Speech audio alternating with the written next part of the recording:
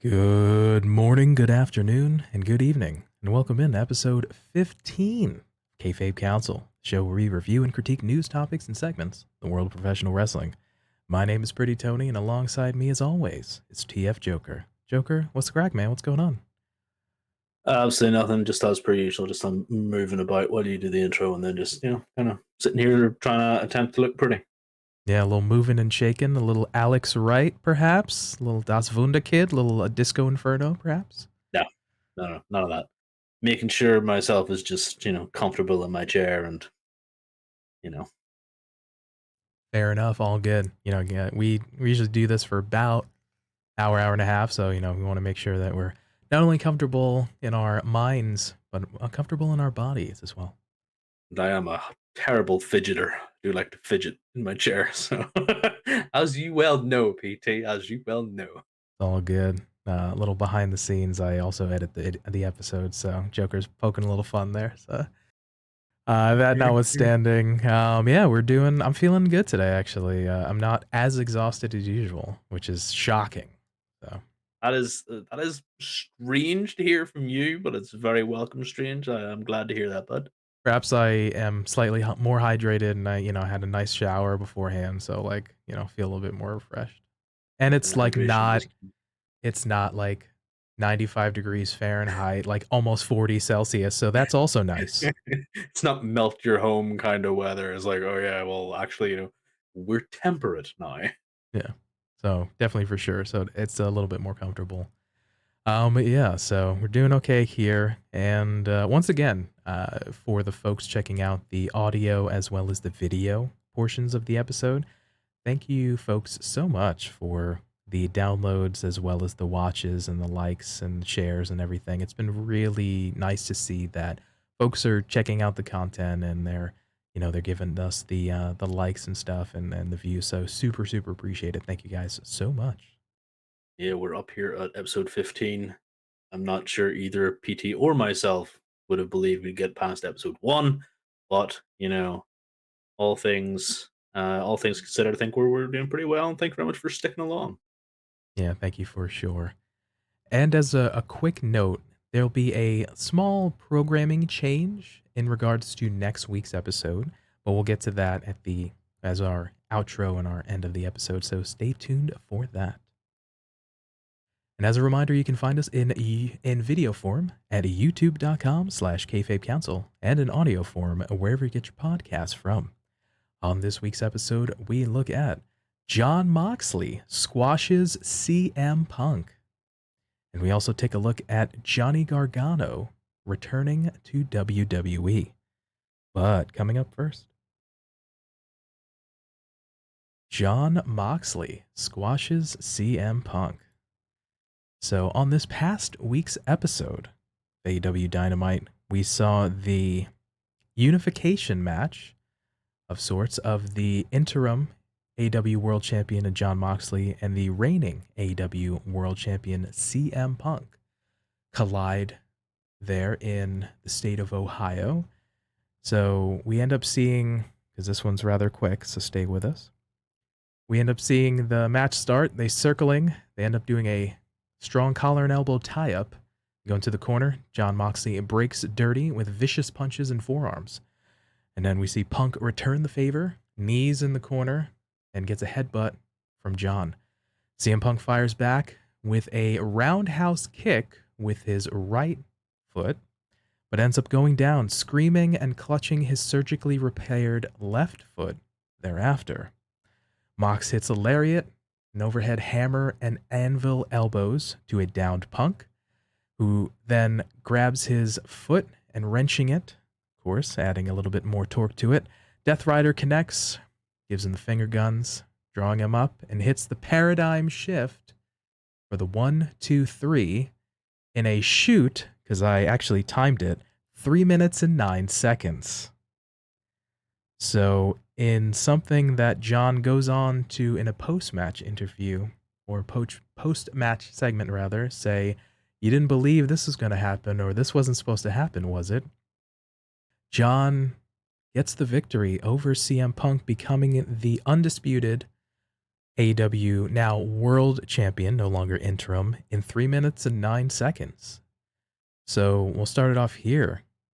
Joker, the reactions to the match itself. Yeah, so I watched it in the morning, as I do with most things wrestling. Having it on in the super late evening is annoying. So sat there with my coffee and was kind of looking forward to this. I had heard that it wasn't gonna be anything too much of a shocker. I was like, in my brain, I was like, this is gonna happen. Okay. Sat there with my coffee. Just kind of sat there with my coffee getting cold as 3 minutes and 9 seconds later, I was like, what the heck just happened? Legitimately looked at this and went, oh, Punk is gonna start selling early. Okay, cool. And he's pinned. Well then, what do we do from here? Because this was like Yeah. legitimately my brain kind of went into whenever you see something that's a wee bit shocking, you kind of try and evaluate it and go, well, where do we go from here? This, that, and the other. And this was like a dial tone just went off in my brain going, this has to be a mistake. This has to be miscommunication. This has to be something silly. Why did we just have John squash Punk in 3 minutes and 9 seconds? What is there to gain from this? Yeah, quite shocking because of the nature, just the shortness of the match. Again, 3 minutes 9 seconds for a world title unification match with, granted, roughly 2 weeks of build up, and especially again sort of heated or more over the top personalities, and especially kind of with that the previous episode of Dynamite had that like brawl at the beginning, and then they interrupted what would have been a Tony Nese match and kind of a return to sort of a brawling nature of that. So for it to end there was just confusing. We have questions, a little odd, sort of disappointing, all these kind of run the gamut of emotions in terms of folks' initial reactions. 2 weeks is a bit generous. Generally, we had one show. We had 1 week because I don't include that little run in from Punk to save John from the The JAF. Like JAS. it was just Punk coming in, and that was the 1 week of them going. Then, as news reports, it was John's idea to run this match on TV. Like, okay, cool. Like he can put whatever he wants into creative and see what comes out of it. Um, the only thing that I can think of whenever it comes to this is what he wanted is because they were doing it in Ohio. He's a hometown boy, and if this was the result, this is why he wanted to do it in his home state. He wanted this big win. And I'm, fair play to the man. You're the interim champion, as we were all led to believe. You can request whatever the heck you want, but your opponent is the best in the world. I'm gonna keep using these little abbreviation, these little fingers here, the little finger quotes, because an awful lot of it is just strange and strains just every single brain cell in my head when I think about it. We have Punk come back after a couple of months, and then he talks a big game. And I wasn't a big fan of him talking this big game because I was like, well, what are you trying to do here? You're trying to start fights. You're trying to start old fights. You're not paying attention to the new fight, and then you lose in 3 minutes 9 seconds. You know, like why is the main overarching question in my head. This match has seemed to have left us with more questions than answers, for sure. Mhm. I did also read that it was John's notion to move up the match. Again, with it being in Ohio, I believe they were in Cleveland, but John is a Cincinnati boy. For him to win it in his home state, or just cement the fact that he is now the world champion as opposed to remove the interim title. It's confusing. Again, we touched on it a little bit in the previous episode, but the fact that at that point, the week before, they were roughly 2 weeks out of the pay-per-view, which it was scheduled for. Then they announced it on that show. Now we're moving it to the next week. So now we, at that point, are roughly 12 days out on the day of the show to have that match. And now as of the recording of this episode, you don't have a world title match scheduled for All Out, which is in roughly a week's time, so it seems very, very interesting. Again, I'm going with the notion of it's leaving me with more questions than answers. Yeah, it's and that's not really a good thing whenever it comes to the situation that we're currently in. Like you said, we are 8 days out from time of recording. I think it's on a Sunday, so from All Out. And before we started recording today, we were talking about the big ticket items that should be notified on those cards weeks in advance. And the AEW World Title is one of those big ticket items. Like you would look at a pay per view card and you would look at these title matches, no matter what the fight card is, UFC, WWE, boxing, AEW, you have to see if there is going to be a big ticket item on there, and is that a title match for the world heavyweight or the world whatever weight titles that you're interested in. Yes, they're on there. Sweet. I'm going to buy that pay per view. I'm going to buy a ticket. I'm going to make the effort. No, they're not on there. Meh. Whatever, man. Don't care. Like, this is huge in terms of getting people to buy pay per view or buy tickets.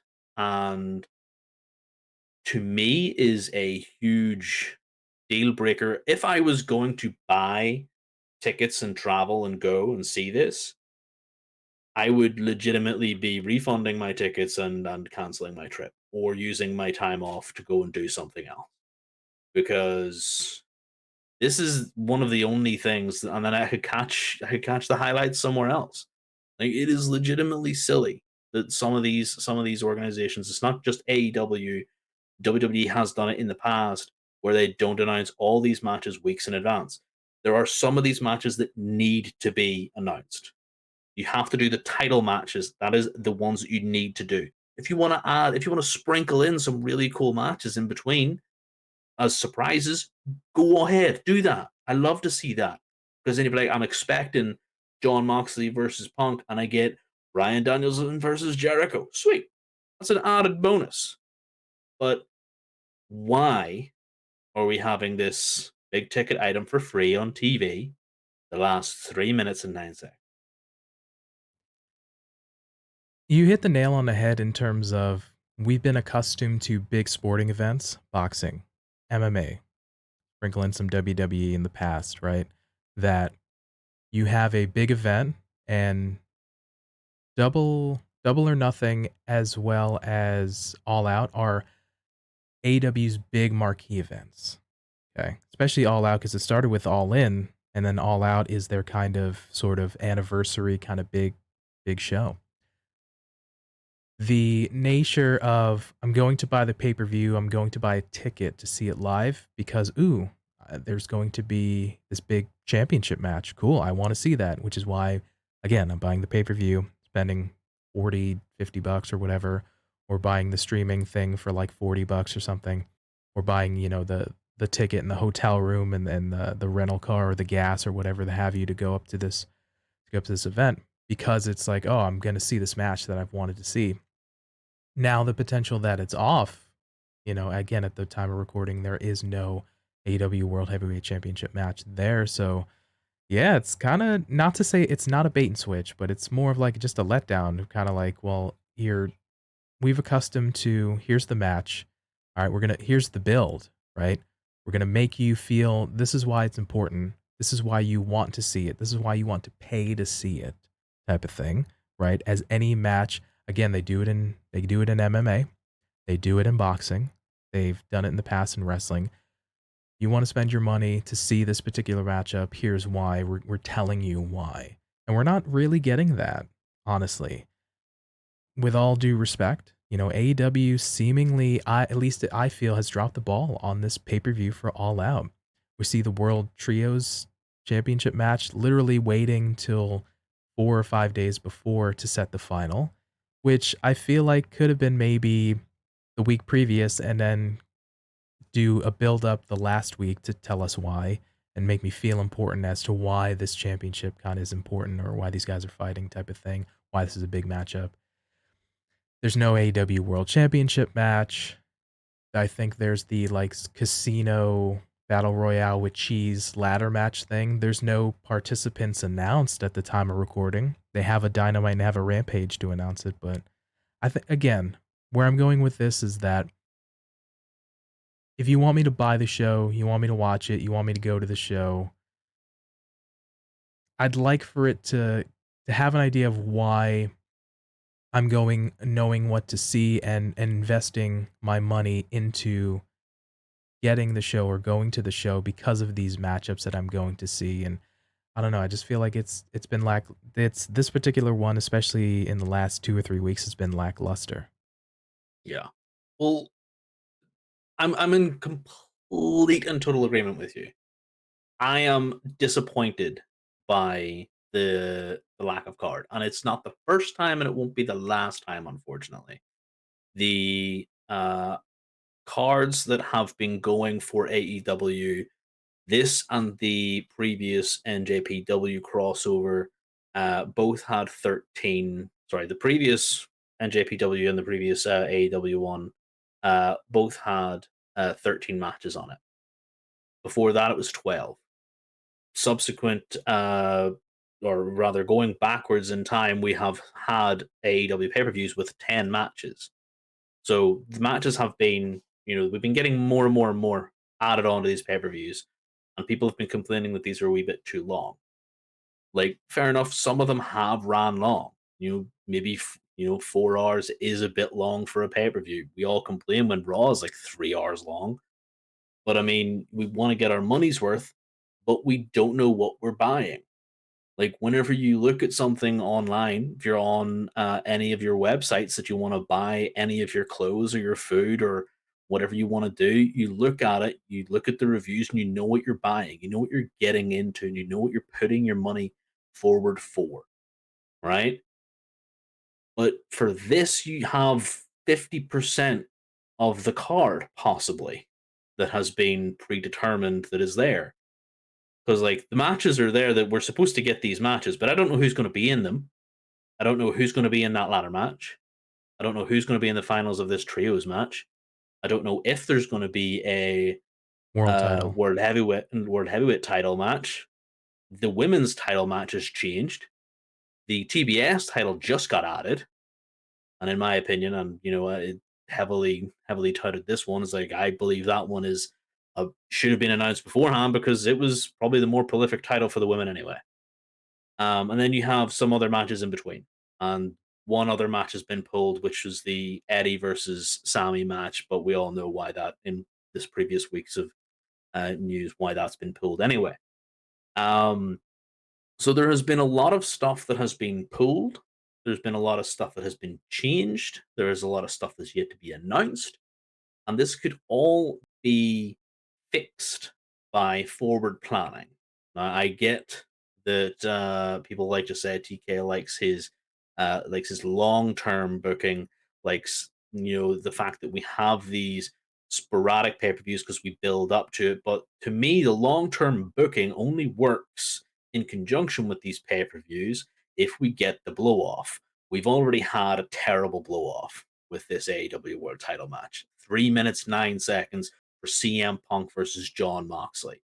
This is the first time in a long time this match was supposed to happen, and we get 3 minutes of a couple of moves: a collar elbow tie up, a dirty break from each player, a kick, a death rider. Absolutely nothing. This was honestly a big letdown, and is leading into another letdown. And the matches that have been put up on the card as good as some of them can be, don't hold the heft, don't hold the weight to a CM Punk versus Jon Moxley brawl. This man's coming back from injury, having to step away from the title scene. This man has carried the company in his absence. You know, the very violent guys are going to go at it. Disappointments abound. Yeah, I tend to agree. Again, with it being 3 minutes and 9 seconds, just you were expecting, if it was on the pay-per-view, you expected to go 25, maybe 30 minutes. We were going to joke that both guys were going to get color, this, that, and a third. Like we sort of had sort of expectations, and now you move it up to a free on TV and ends in 3 minutes plus. It's just like, all right, so kind of begs the question of sort of let down that notion or that lofty expectations of what we had. But going back to the match itself, like we don't know, Punk was carted off and had to be carried to the back type of thing. So, you know, person to person, I hope he's not injured, because he had to take the guts of 2 months off and having surgery on his foot, whatever it was. And now, we don't know. The dude could be injured again, which is again just sort of unfortunate. Yeah, the surgery on the foot, unsure obviously what it was to repair, what was broken, what was torn, what was kind of nagging at him there.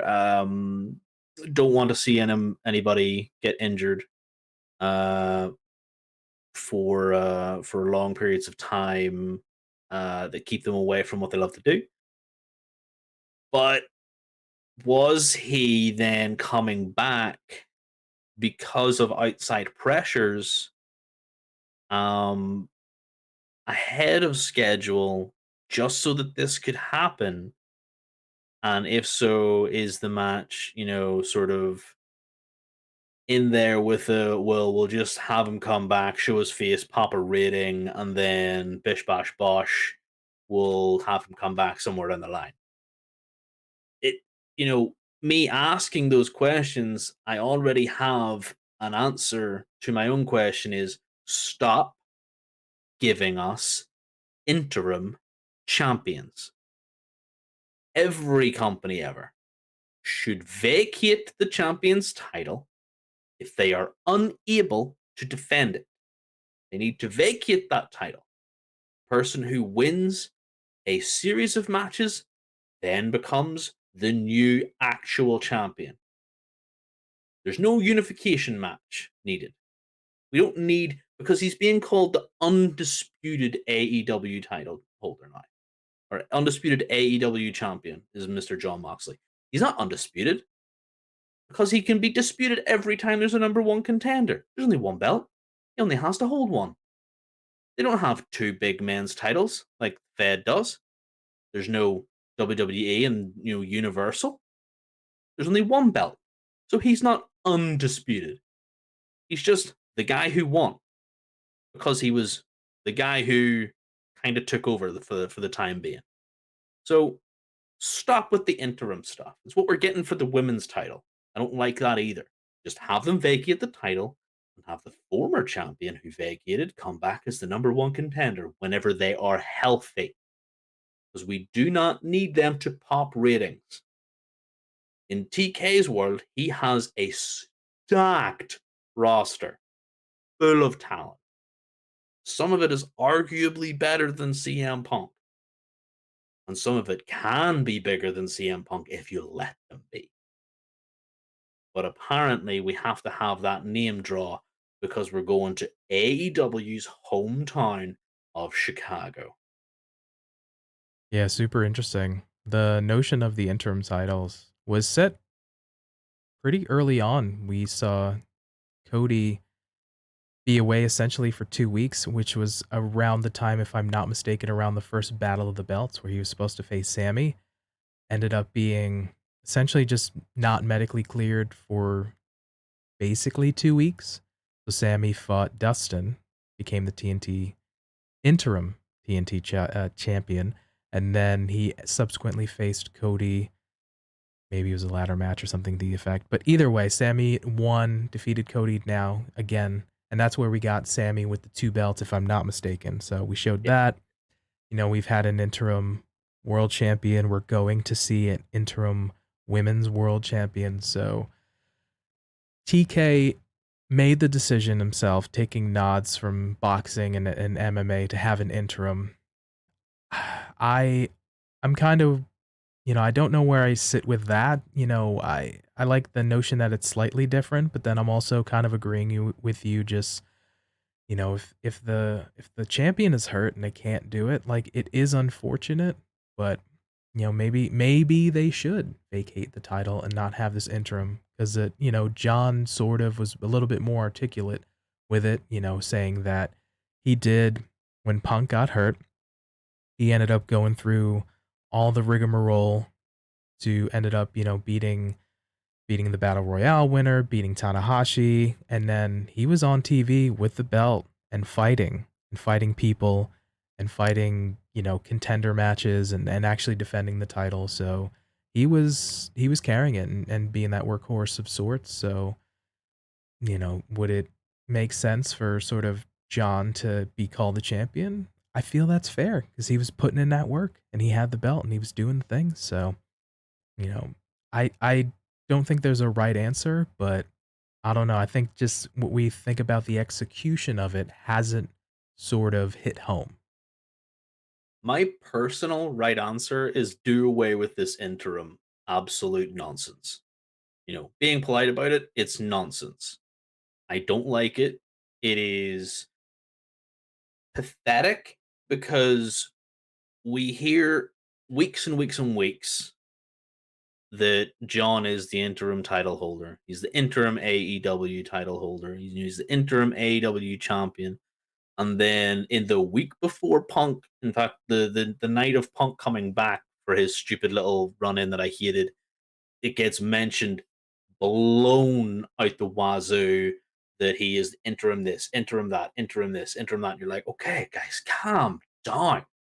He is carrying your company right now because there's no TNT champion, there's no TBS champion, and there's no AEW women's champion. There's dang sure no AEW tag team champion on your show. And the trios titles hasn't even finished yet. So the only AEW champion on that show for the entire summer that was doing anything of note was Jon Moxley. I find it very disrespectful to put someone of his caliber in that position to carry your company and berate him and refer to him as an interim title holder. I think even in that match with the Lionheart Chris Jericho, even JR just mentioned he just why are we calling him interim? He's a champion. He basically kind of shot it down to your point. Yeah, yeah. Oh, like 100%. He's the only one, but we all know how JR is at the minute. JR kind of he's just fast and loose with his words. He calls it like it is. He has earned that right to be that guy. I am but a simple bald guy on the internet spouting absolute bollocks. But here we are. I have the same opinion as JR. I hate the interim thing. I know other people will be like, "Oh yeah," but then it kind of brings in the fact that the champion comes back. Like there's a way we have to deal with that. It's the champion comes back when they're good and ready, and then they go, "I never lost that title. I want a fair crack at it." And everybody goes, "Well, actually, you're right." So I don't see the problem in that. I kind of want that. But then you goes like, "Well, it's AEW wins and losses matters." Like, well, since they vacated the title, they haven't won or lost, so they're at a neutral footing. They're the former champion. They deserve a rematch. Like, there's no way you can get around this argument. If you vacate the title due to an injury, then you have every right to come back and contest that title as the number one contender at that time, in my personal opinion. And that's the way this should have worked. And with the Cody thing, it should have worked then. Like, he was away for 2 weeks. If he wanted to drop the title for 2 weeks, like let's face it, Wardlow hasn't defended the TNT title for 3 weeks, but he still hasn't vacated it. And then you Hey, he have just faced Ralph Ziggler, Dolph's brother, on uh-huh, Rampage the other uh-huh, night. uh-huh, uh-huh, mm-hmm, I'm mm-hmm, just saying mm-hmm. words out loud. Okay, cool. That wasn't a match. That was just an absolute abomination of time wasting. And then you have, all these other champions like the tag team titles. Where are they? Swerve and Our Glory. Absolutely love these two individuals. Hate the tag team. Hate the fact that they're being misused. Like, what is going on here? You can see that TK has all these toys, and he's just like, which one do I play with today? Which one do I play with today? Oh, I forgot I had that one. Mommy attached the leg back to my CM Punk doll. I want to play with him for a little bit. It's like, but wait, I was playing really well with my Jon Moxley doll. Oh, tag teams. Like, he doesn't know what to do. Legitimately doesn't know what to do. It frustrates me that we are stuck in a world where we have all this talent, such a brand new arena to see them compete in that is not the former WWE. They are free and clear to do what they want, to take independent bookings and see all that there, see all that progress and work and do what they want. And some of these individuals feel like that they're just back in the Fed. They're being underutilized, they're being mishandled, and because it's not VKM doing it, everybody's like, "Oh, it's AEW where you get to shed blood and swear and give people the finger, so it's bound to be better than whatever Vincent was doing." You're like, "Shut up. Go back to bed." Because clearly you have no idea what you're doing sleep talking in front of my face. Like, you have not woken up from this dream that is whatever you think this is, but it's not. For some people, this is a nightmare. It's challenging in the sense of sometimes when you have too much choice, it ends up being a detriment because it just takes too long to figure out. There's just too many things to kind of go around, but it can be tough, and I can understand your point. So, but the notion that at least it feels from a fan's perspective that TK has his favorites or his folks that he likes to use a lot more than others. And potentially maybe that was with Punk where, you know, we don't know. Again, because with all due respect as a fan, I shouldn't know someone, an athlete's personal medical history. It's not for me to say or to know, but maybe he wasn't 100% when he came back. We don't know. Going back to the notion of we have more questions than answers. But I Yeah. feel like, again, with this sort of being moved up and type of things and the definitive nature of sort of John winning and the questionable nature of sort of Punk's situation in the match, again, we go back to the notion of All Out. There's rumblings that that's the match at All Out is Punk and Mox, a Mhm. rematch 11, 12 days after the fact. So again, it's not been announced officially, but that's the rumblings of that's the main event. Mox and Punk in Yeah. Chicago, which leads you to believe that potentially, if that is indeed the fact, and that does come true, Punk wins it in Chicago. Big, big ovation of the crowd. Yeah. And here's the thing. It's also a big ovation of the crowd, but it's a big middle finger to John. Like, if we're to believe that it was John Moxley's idea to have this match in his Ohio. home state, and then it's because we're heading home to Chicago that Punk gets the rebound. We're in 50-50 booking territory here, boys and girls. This is something that people complain about whenever the Fed did it, because Vince didn't really know from week to week who he liked and who won last time. Oh, maybe we'll have them lose this time. You know, we had essentially the end of the story with this 3-minute squash match and the really slick promo of, "Oh, the best in the world, my ass," sort of thing. That wasn't meant to be like that. Okay, yeah. It would have been even funner if you had pulled in an Urkel and went, "Oh, did I do that?"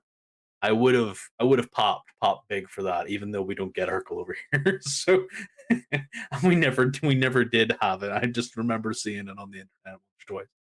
Um, and it's one of those things that if you see the end of this, so word, it was just a statement. It was a statement ending. What comes after is just ridiculous. Like, there's nothing more to this for me. You cannot rebuild this story. What do? You have Punk come out, be all irate, and it's like, this is my hometown, and I deserve a rematch, John. It's like John comes out and goes, no, and gives him the finger guns. Like, John has no impetus to take this match. There's no reason for him to even talk to Punk right now because Punk lost, and he is now at the back of the line. Well, if the rumbling, I agree with you, and the rumblings are indeed true that they are again set to square off at All Out. Again, they only have Dynamite and they only have Rampage, so you best believe if you're going to have a World Championship match, you better set some time on Dynamite. I wouldn't leave it to Rampage, but on Dynamite, have a segment, have an in-ring town hall, make me believe, make me want, make me invested in why they should have a rematch, and make me feel that it's important if it indeed is the fact. But all due respect, I'm in agreement with you. We had an emphatic statement win and then that follow-up promo. Oh, that wasn't supposed to happen? So, yeah, I don't, with all due respect to Mr. Charles Montgomery Punk, it's you had your shot type of thing, and it's so Yeah, you're done. yeah. So Better luck next time, Punk. This was not the summer of Punk. It's not even going to be the autumn of Punk. it's again just confusing. I'll reiterate the fact that we have more questions than answers as we go, as we lead ourselves into the pay-per-view coming up next week. And it's a tough spot for the fans. It's a tough spot for the talents. It's a tough spot for TK. Try and make sense of all this. So As a Jon Moxley fan, though, I am incredibly happy. fair enough. But those were our thoughts on the Jon Moxley squash of CM Punk on Dynamite. So let us know what your thoughts were in the comment section down below on YouTube or on Twitter and Instagram. All right, coming up to our next topic here, we have Johnny Gargano returning to WWE. There was a bit of surprise this past week's episode of Monday Night Raw, where we came back from commercial, and all of a sudden, Rebel Heart plays over the PA. And much to the surprise and delight of many folks, we had the return of Johnny Gargano, which was actually awesome. And of a small note, we ended up seeing him actually being presented as Johnny Gargano, which sort of oversees and supersedes the fact that the under former management, VKM, didn't want folks to have part of their real names and or names that they had previously used on the independent scene. They can have a totally original trademarkable WWE name, but I'm glad that he came back as Johnny Gargano, so that's nice. But he jumps into the ring, gets on the mic, and he's just hadn't been here 9 months, and he's trying to get his sea legs back. For those that didn't know, his name is Johnny Gargano. He was kind of a big deal in NXT. He's a former NXT champion, 3-time North American champion, tag team champion, first ever Triple Crown champion. So he starts off, acknowledges the crowd. He's getting in there. Again, super appreciative that he got his theme, that he's allowed to keep his name. Thank you, Trips. Appreciate it. New management, yay. Just the small things like that because of the presentation. But the fact that he also was allowed to remind folks that either had saw him previously in NXT, or for the folks that may not be as familiar with him, like, hey, we have the running narrative. It's no longer a disconjointed, like this is, John Smith, a brand new guy. No, this is Johnny Gargano who has a running narrative. Hey, he was a big deal in NXT. I was allowed to acknowledge that I was in NXT. I was a champion type of thing. I'm back. This is why, kind of in part, why I'm a big deal. So, yeah, all around, just good start. And I again, like the fact that he was able to acknowledge the crowd and soak it in, the adulation.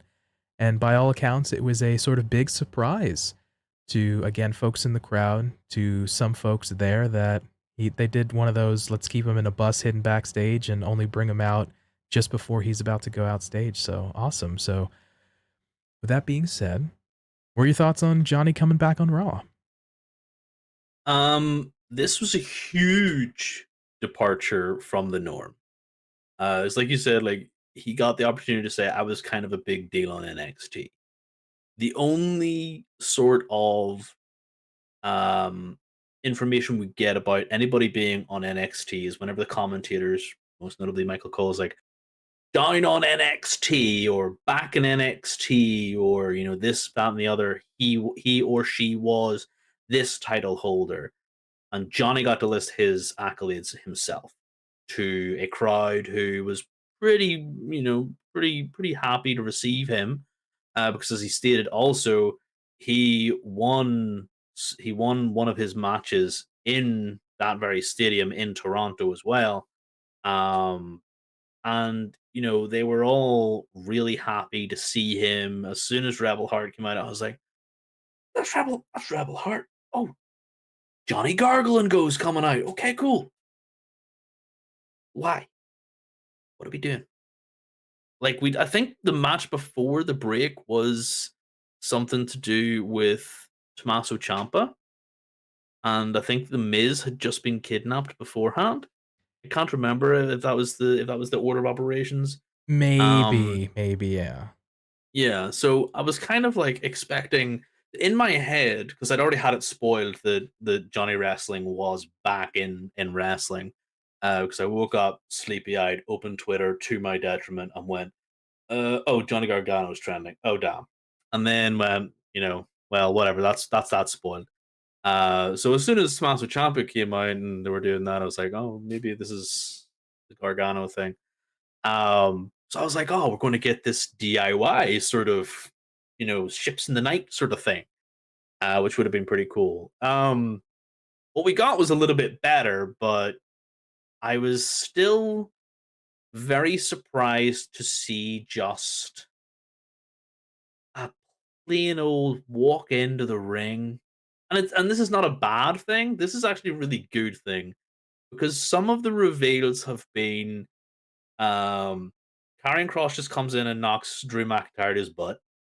And then you have Dexter Loomis coming in and trying to kidnap people. And then you have Ronda Rousey jumping in the ring and throwing money. And Hit Row, yeah, you were to Hit Row coming in and having Was the a squash surprise, match. yeah, against a tag team, local competitors, yeah. And like we said, it's all about presentation. And Johnny Gargano was just told, I can assume, by Big Papa Trips, okay, Oregano, go on out there and have yourself 5-10 minutes and do what you want. Like, just tell them who you are, and then you tell me what the code is, and I'll send out the next part. And it's like, no problem, Papa Paul. Yeah, it's one of those, I did like, it was a simple setup, like just go out there and be like, you know, soak it in a sense, like maybe a little bit to the effect of that Triple H coming in Madison Square Garden January of 2002, coming back off the injury, being from the quad tear for like being away 8-9 months type of thing. It's like just go out there and just, you know, I am that damn good. I am the type of thing, and remind people of who in the hell I am type of thing. So just one of those, soak it in, Yeah. and just one of those kind of, maybe the direction was just like feel it, go with it, react to the moment type of thing, which essentially was what Johnny felt, because there was a time like he was like, all right, cool, got in the ring, grabbed the mic, was about to start, and the crowd was just going ape. So then he puts it down and just does like a lap, and he's just like, dude, I'm gonna soak this in type of thing, because it's Yeah. like, you maybe as a pro athlete, as a wrestler too, you maybe get maybe 1-2 of those moments, maybe like ever in your career. So it's just like, dude, just like feel it type of thing. So I Mhm. do I to your point about it being simple, but I do like the fact that we got to see Johnny like the person, like Johnny just the guy kind of be like, Yeah. cool, like, all right, I'm gonna take this moment for, just a couple minutes and then move on with the segment. So yeah, it's cool. Johnny the new dad, because Yeah. he mentioned throughout his promos like, I've been changing diapers these last 9 months, and I've been playing with my kid. I haven't been doing this because I have been living this entire life. And if you see his Twitter feed, it's pictures of him, his wife, and their newborn baby. Yeah. And he's taking them to Disney, he's dressing them up, he's it's some of the most adorable content on Twitter. I'm not gonna lie. Whenever you see pictures of Johnny and his little son, you're just like, it's like, okay, what are they gonna do now? And it's really really funny. But for him to sort of address that, because like you said, the Triple H, he came back and he listed his accolades, and he's a big freaking deal. Like he came back in all the denim that Canada, and America could muster. All the There was a denim little bit over of on top of leather. yeah, on top of the tiniest little bit of leather that he could find. I think, maybe somebody in the back had a leather jacket and he was like, I've too much denim, what can I offset this with? But anyway, More and then leather. he more leather punk. And then he just poured the water on his head, it's like, okay, cool. I'm out of the shower, I've got all my denim, I'm a badass. Whereas Johnny went out and he was just wearing, jeans, sweat, a t-shirt, and he was, dry hair, and he just came out. I was a big freaking deal in NXT. I've been changing diapers, so you can go from being a big deal to being a dad, and I love that sort of, he didn't seem like he came out to be an egotistic prick. He came out and he was genuinely letting you know, I am here. I was a big deal. For those of you that do know me, hello. Those of you that don't know me, now you know my name, and you can go Google all my matches. Yeah. And speaking of him kind of talking about himself and talking about his dreams, I did like the fact that he did mention like he dreamed of and in this promo kind of getting those impossible dreams, becoming the Intercontinental Champion, becoming a United States Champion, becoming a WWE Champion, wrestling at WrestleMania type of things. So, mentioning, equating it back to him that he can teach his son that he like himself can reach impossible dreams. So I do like the fact that I'm sure that was a shoot because he's even mentioned it in past interviews. He's like, the Intercontinental Championship was a big deal when I was younger, type of thing. So for him to also like mention that, but then also build up those titles again, we're seeing an actual effort being put into the IC, the US titles. So I do like that aspect as well.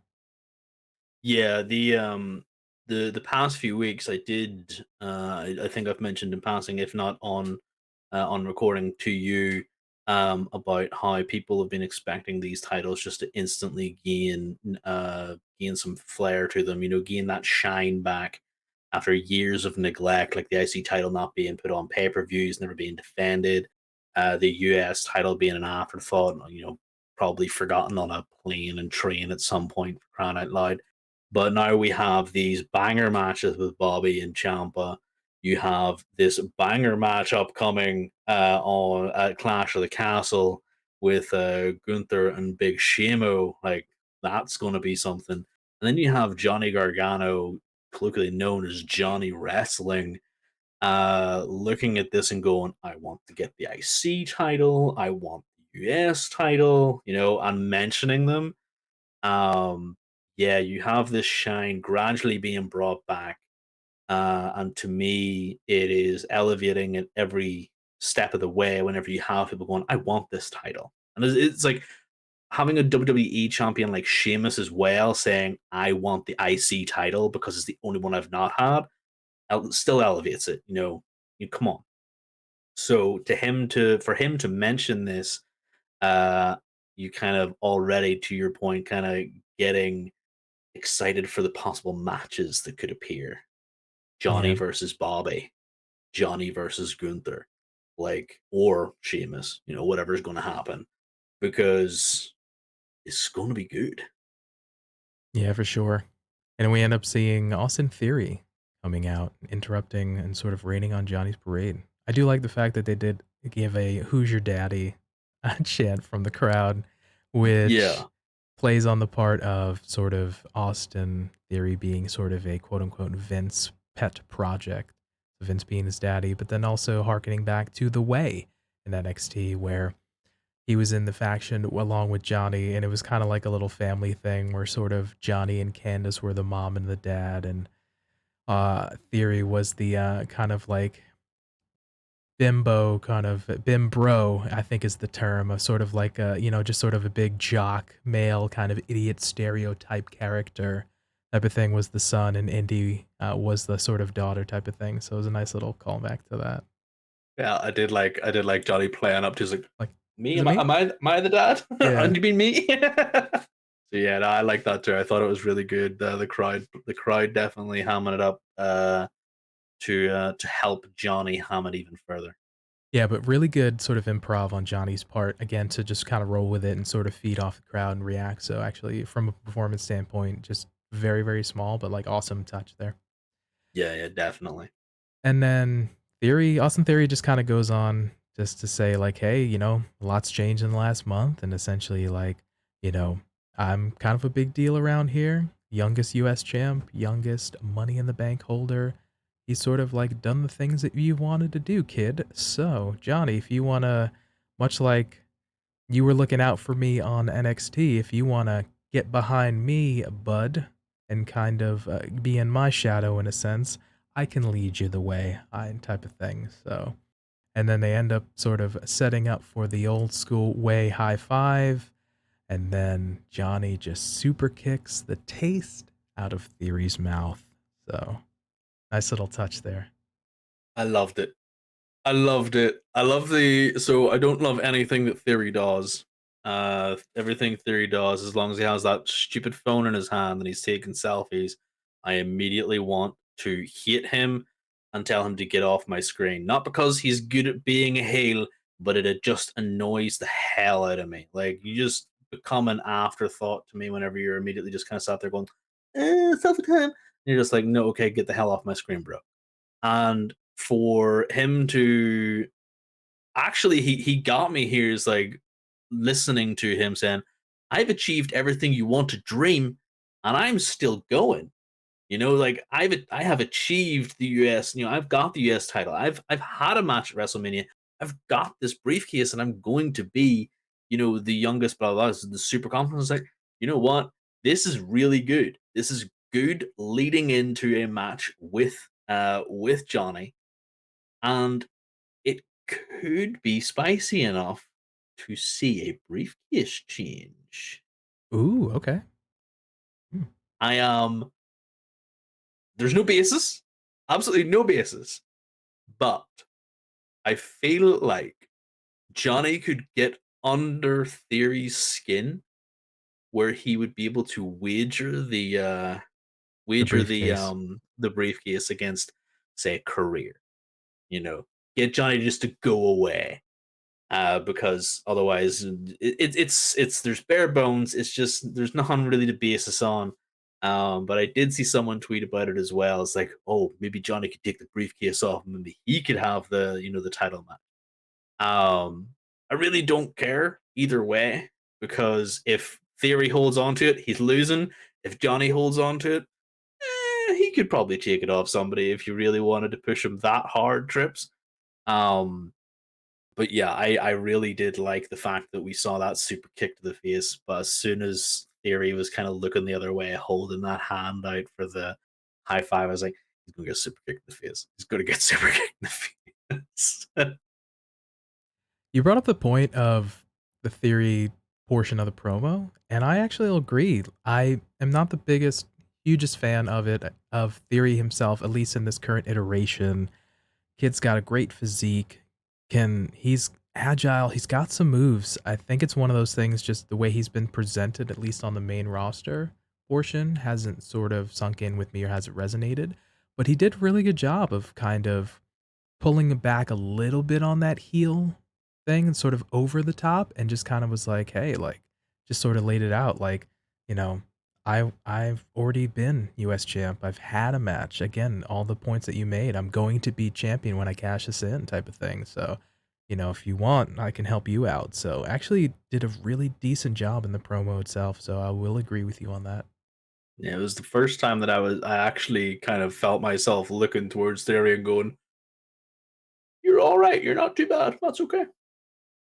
Yeah, 100%. So nice little natural, no pun intended, but way to lead into a sort of little match and a rivalry with Johnny Gargano and Austin Theory itself. So that should be really cool. And I actually, probably maybe won't happen with the whole briefcase thing, but I could see like, yeah, it's just actually a kind of cool little piece thread that they, if they really wanted to go that route, they could. But in terms of, like matchups forthcoming, the Austin Theory match again makes sense, which I because again, they're both athletic guys, so definitely looking forward to something like that. The aforementioned Johnny looking to go for the US or the Intercontinental potential matchups with, again, the aforementioned Austin Theory, but the current title holders, Bobby, Lashley, as well as Gunther. Like any one of those three matches seems like it could be very good potential.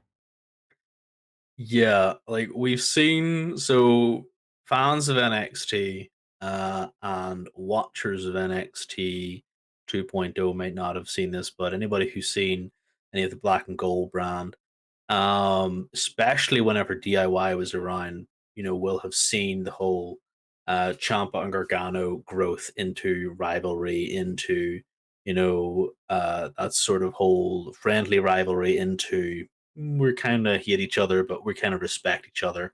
And that whole gamut of matches that they ran through, they were all amazing. And the reason I'm bringing those up is because we only saw a couple of weeks ago what Champa could do against Bobby Lashley. And him appearing on Raw means Gargano hasn't quite specifically picked Raw or been picked for Raw, but the fact he didn't appear on SmackDown leads me to believe that he's picked for Raw, and that's where he's going to be. So he's more practically going to go for the US title, which kind of leads me to thinking that it is going to be the Bobby Lashley's match. And if you see if you see what the Champa could do beforehand, imagine what his contemporary Gargano is going to be able to do. Like, it's going to be a good match.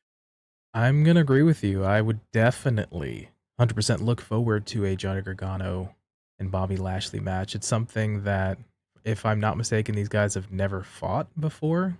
Obviously, with Johnny being on the Independence and then going to NXT type of thing, Bobby being in Impact for a while and then things like that. So either way, it's something we just haven't been pushed down our throats, and it's a sort of fresh matchup.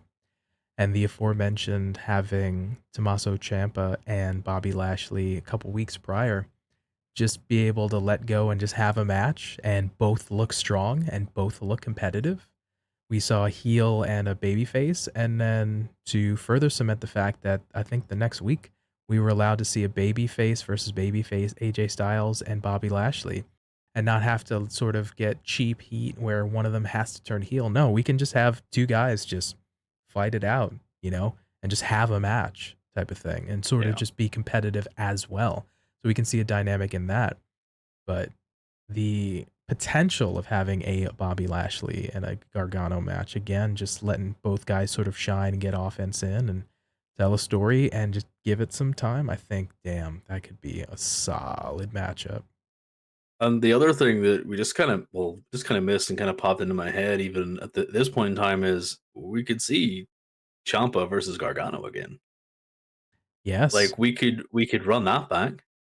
We could also, even if Trips is feeling a bit squirrely down the line, whenever neither of them are in a title scene, neither of them have titles, a DIY reunion. Yeah, so We could it have might that even happen. might give the opportunity for folks that hadn't seen it in NXT, the Champa and Gargano, the down the line, maybe at a Mania.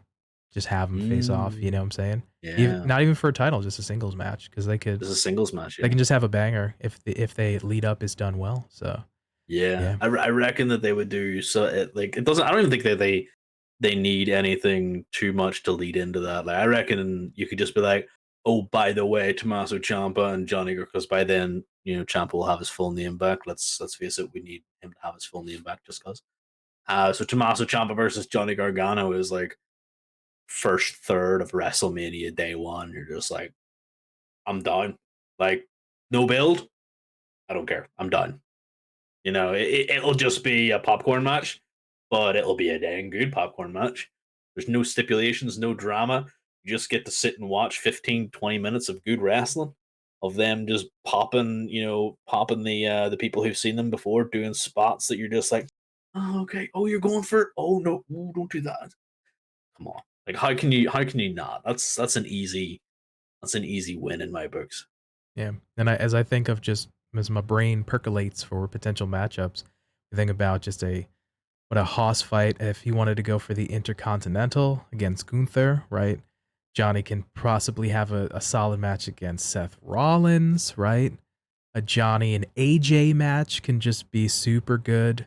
I think if in the right circumstances, a Johnny versus Finn and just let Finn wrestle and be a little bit more of that Prince character that we've seen potentially in New Japan and seen very, very small flashes of. Like those are just like fresh matchups and just some things that folks, if again, just give them a little time, give them like 15 minutes, hopefully, maybe a 20, but if you let these guys go, you're just going to get a solid match out of it. Mm. That is the one thing that you kind of need to understand as well is that going into this era of Papa Paulovesque, uh, you see enough lot of people going, "Oh, well, we'll get an extra 5 minutes," but it's a bit of a gimmick. He's just adding 5 minutes onto a match in Raw, like here, this, that, and everywhere, and you're just like, well, he's adding 5 minutes onto a match where before you were complaining that we would have got a segment repeated 5 times for 8 minutes on top of a 3 minute match that had no bearing on anything. And now you're going to want to complain about a 10-minute match between two amazing wrestlers. Like, you need to pick a hill to die on, and it's definitely not going to be the hill where I get to see Finn Balor versus Johnny Gargano and go. Like, please, just pick a hill other than the one you're trying to die on, because this one is a no death zone. This is a really, really good wrestling zone. Like, come on. We have so much good talent coming in right now that we didn't think we were ever going to get to see because of the previous regime's hatred towards the little guy. And now you have such amazing talent, free reign to give us what they've got. They aren't restricted by you have to sound like this, play up the Irishness, oh, you have to do this here, go and act like a little leprechaun and call yourself Butch. No more of this nonsense. Just go out and have a banger, boys. I'll take 5 more minutes added on to a potentially strong matchup as opposed to a recap of something we literally just saw, cut to the announcer desk of them just spouting bollocks or just Yep. saying words repeatedly or kind of things that don't make sense. And then doing a video package, which we saw maybe once or twice potentially in earlier in the show, or just a superfluous backstage segment that really doesn't kind of thing. I'll take a little bit more wrestling of an engaged storyline as opposed to any and all that could probably fill 8 or 9 minutes of the things that I just mentioned. Exactly. No, I've seen the complaints made that this is all that Triple H is doing. Like this is some sort of cheat code that he's putting in, just like, oh, this is how he's having a really good showing. It's like, oh, you mean on his wrestling show, he's allowing people to wrestle? Oh, I didn't realize that was a cheat code and just kind of the bloody point of it all. Kind of would make sense, right? Yeah, yeah, yeah. Hang on. I'm gonna start booking a wrestling show, but I'm actually just going to have a swimming contest and invite Michael Phelps. Like, That'll come work. on. That'll work.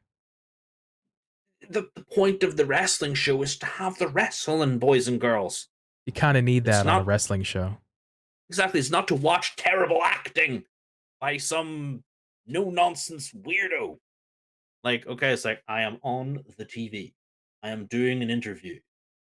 I really cannot speak because I have no charisma. Like, legitimately, that is 9 out of 10 of these interviews What that do we I see what do I nowadays. do with my hands? What do I do What with do my I do on hands? my Just put them what do you down. mean? Down. It's just the Ricky Bobby all over again. They are, except they never turn into the actual Ricky Bobbies where they have all the. Yeah, it's one of those. It's tough. You're gonna have folks that like certain things and folks that like other things. So can't win them all. But for the general, in terms of like viewership and overall response, folks have been liking sort of what's been happening lately. Yeah, yeah. And as someone who was legitimately fast forwarding through all of Raw, I got a 3 hour show down to 15 minutes, and that was with me taking a toilet break. So, I mean, I am not exactly a huge fan of the old regime. I'm not even a fan of like of all wrestling when it comes to absolute terrible booking because even this past Raw, I watched the Johnny Gargano stuff. I watched a couple of other little sections, but I still fast forwarded through an awful lot of it.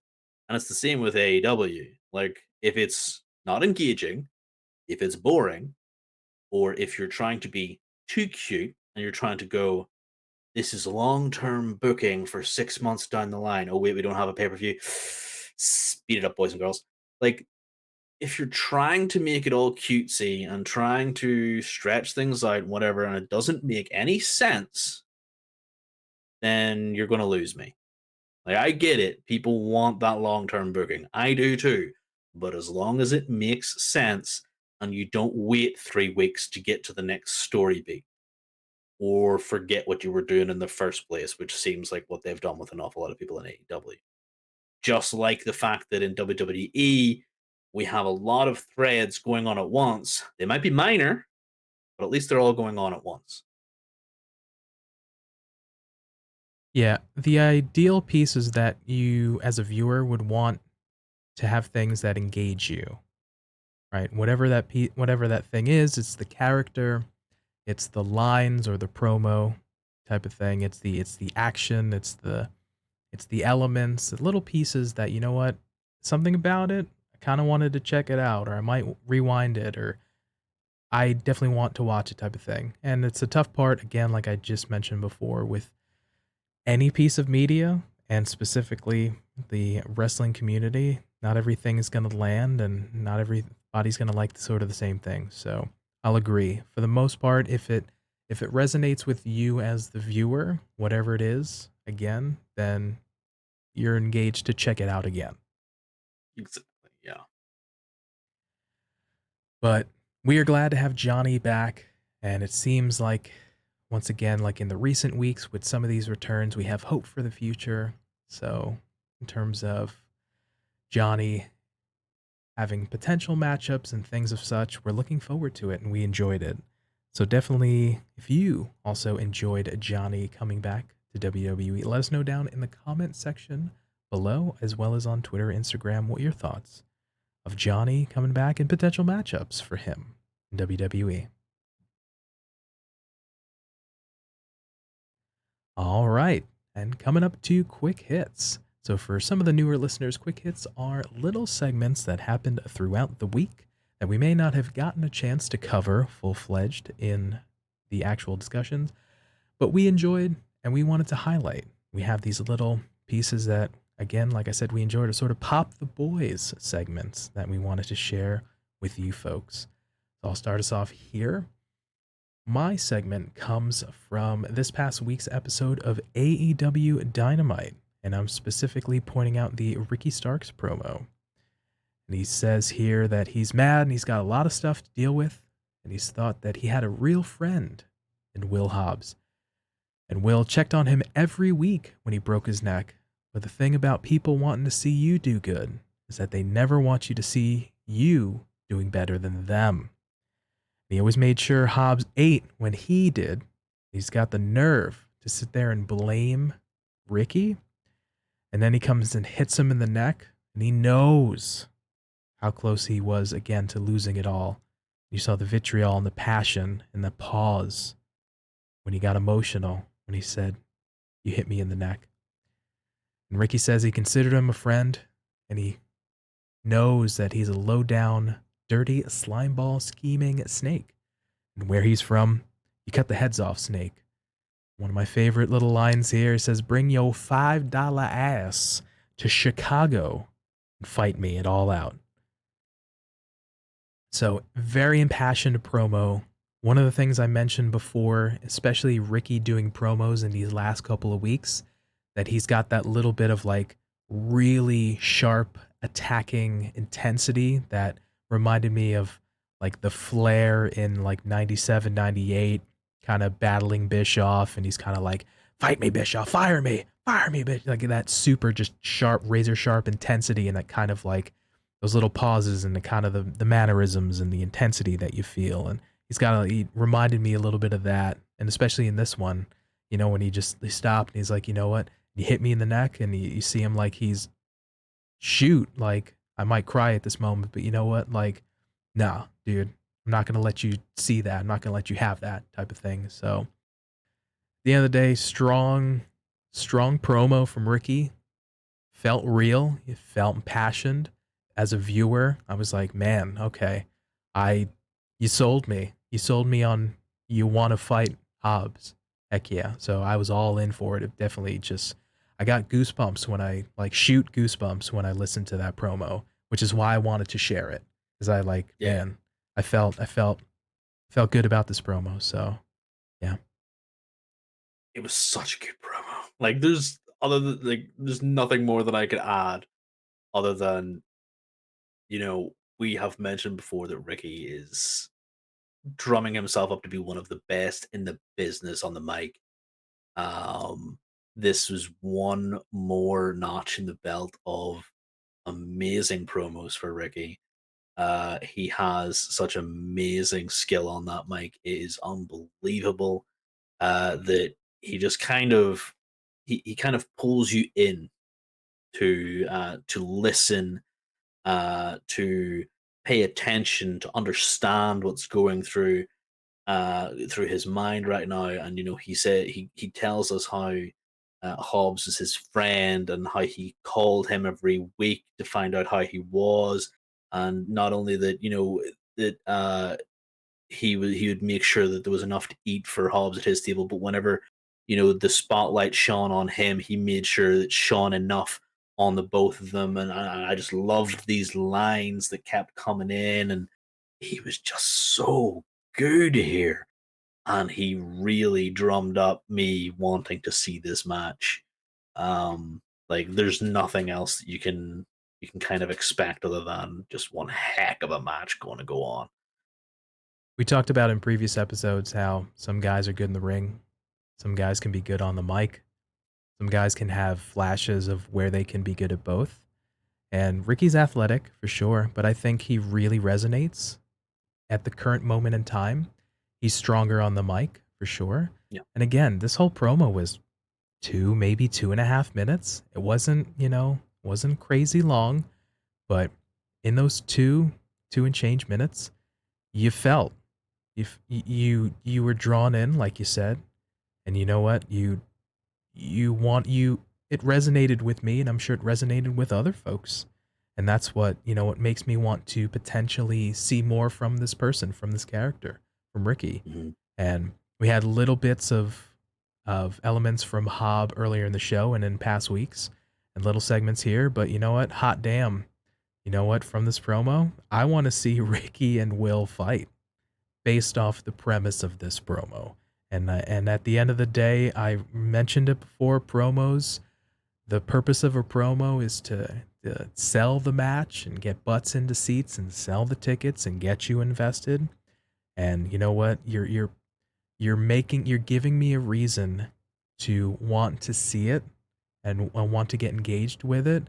And we talked about it, you're putting down your opponent, and if they're just like some, small insignificant person or some just job or some in no, they don't mean anything, then if you're putting them down, then if you beat him it doesn't mean anything. But you know what, Hobbs, he put over Hobbs as well, he put over himself, and he made me feel it, and I want to see this match now. Yeah, we mentioned earlier on the show that big ticket items are what sell pay-per-views, and that is 100% the case. But this match being added on to a pay-per-view, like, this is one of those gems that you get as an added bonus. So you get like a really, really good, you get a really, really good big ticket item, and then you get this match with this build. Like, that is icing on the cake. Agreed. So yeah, thank you, Ricky, for throwing it in and making me want to see this match. So that was my quick hit from this week. Joker, do you have one for this week? This week, I do not have one, probably owing to the fact that there's no more G1 Climax. But we'll put that aside. There was a couple of high moments in this week, but unfortunately, nothing that I could quantify as giving me the pop. Maybe I was feeling a bit cynical this week. Nah, it's all good. Like we mentioned before, there's going to be weeks where maybe there's nothing that just really strongly resonates and nothing pops us. And sometimes there might be a couple. But I think with these, it's more about being genuine as opposed to kind of just going for that sort of cheap pop of like, hey, I just saw a thing and maybe it's not genuine. This Ricky Starks promo, like I said, I got shoot goosebumps when I listened to it, and I was like, man, I definitely want to share this one because Yeah. I felt strongly about this, and I'm sure as did other folks. So yeah, Yeah, all good. our previous ones have always been a case of, like, we haven't just picked them because we thought we needed to fill a spot. And that is the thing with these quick hits. Like, each and every single one of them, regardless of how much you think we're talking about it, or how many views they get, because we do post these quick hits as shorts on the YouTube as well.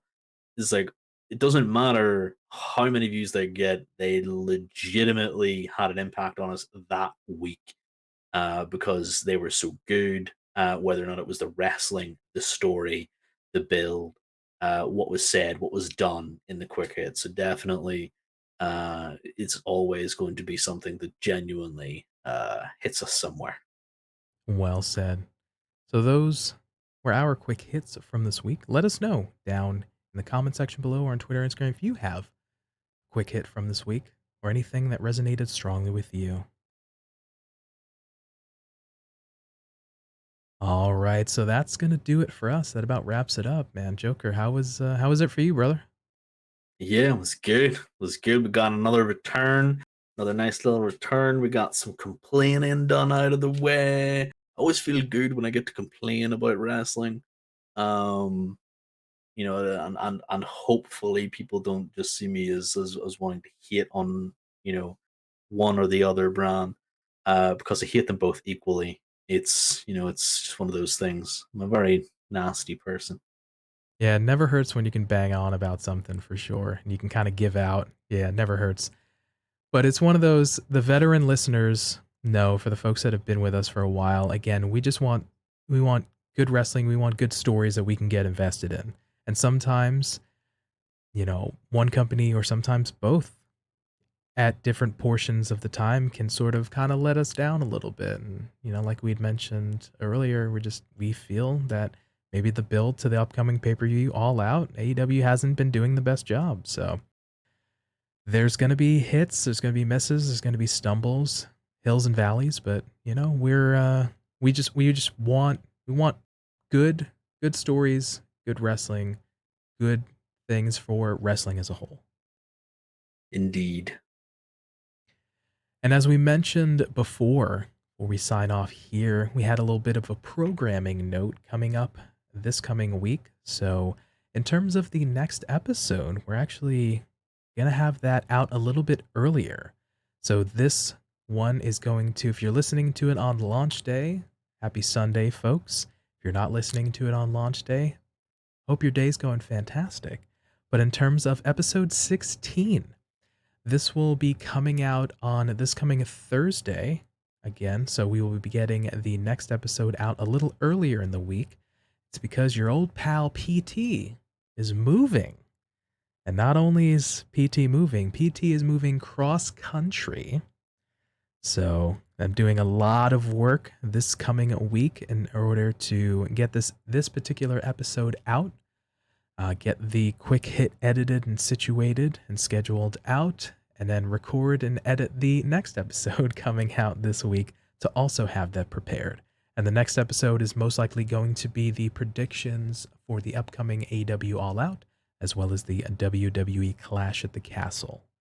So a lot to do in this coming week in terms of the show, but then also be prepared for me to completely uproot my life and move across the country. So again, to the Too Long Don't Read, we'll be getting an episode coming out a little earlier than expected this week for the next episode. And hopefully PT will find himself in a situation where he is nice and calm and serene after the stress that is editing and uploading and doing all this, while I sit here and just go, wonder how PT is. Okay. Yeah. So again, appreciate your folks' understanding with the little bit of a slight change in the programming of it here.